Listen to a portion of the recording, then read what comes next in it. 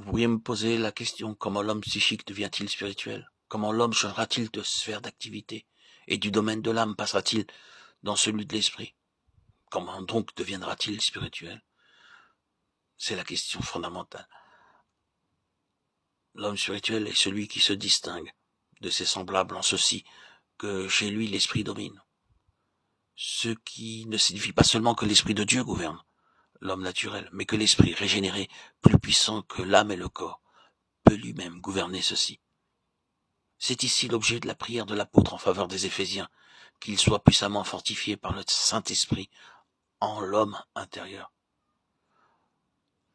L'homme spirituel marche donc selon l'esprit, lequel besogne si intimement avec le Saint-Esprit que le dernier Adam, esprit vivifiant, peut librement et parfaitement animer toutes les facultés, pensée, imagination, raisonnement, jugement, et ainsi manifester par elle l'expression la plus haute, la plus parfaite de la volonté divine.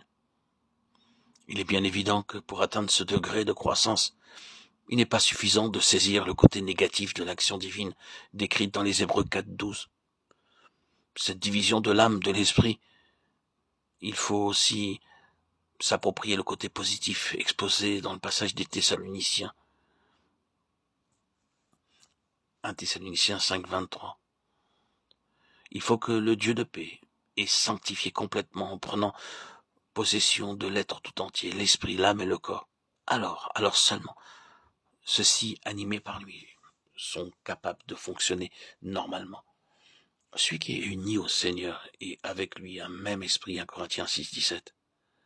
Vous êtes morts à l'égard de la loi par le corps de Christ pour être unis à un autre, savoir à celui qui est ressuscité des morts.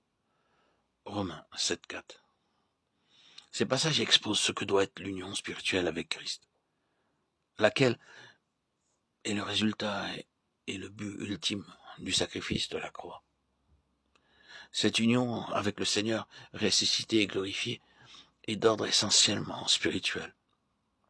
Et c'est dans la mesure que le croyant est séparé, dégagé de l'enveloppe de l'âme, qu'elle est pratiquement réalisée. Le Seigneur ressuscité ne peut être considéré comme l'époux de l'âme. Celle-ci, siège de la personnalité, n'est que le vaisseau, l'instrument dont il se sert pour manifester sa propre vie, qui, uni à l'esprit du croyant, porte de bons fruits à la gloire de Dieu. L'homme spirituel est donc celui dont l'esprit a été dégagé de l'enchevêtrement de l'âme, ou comme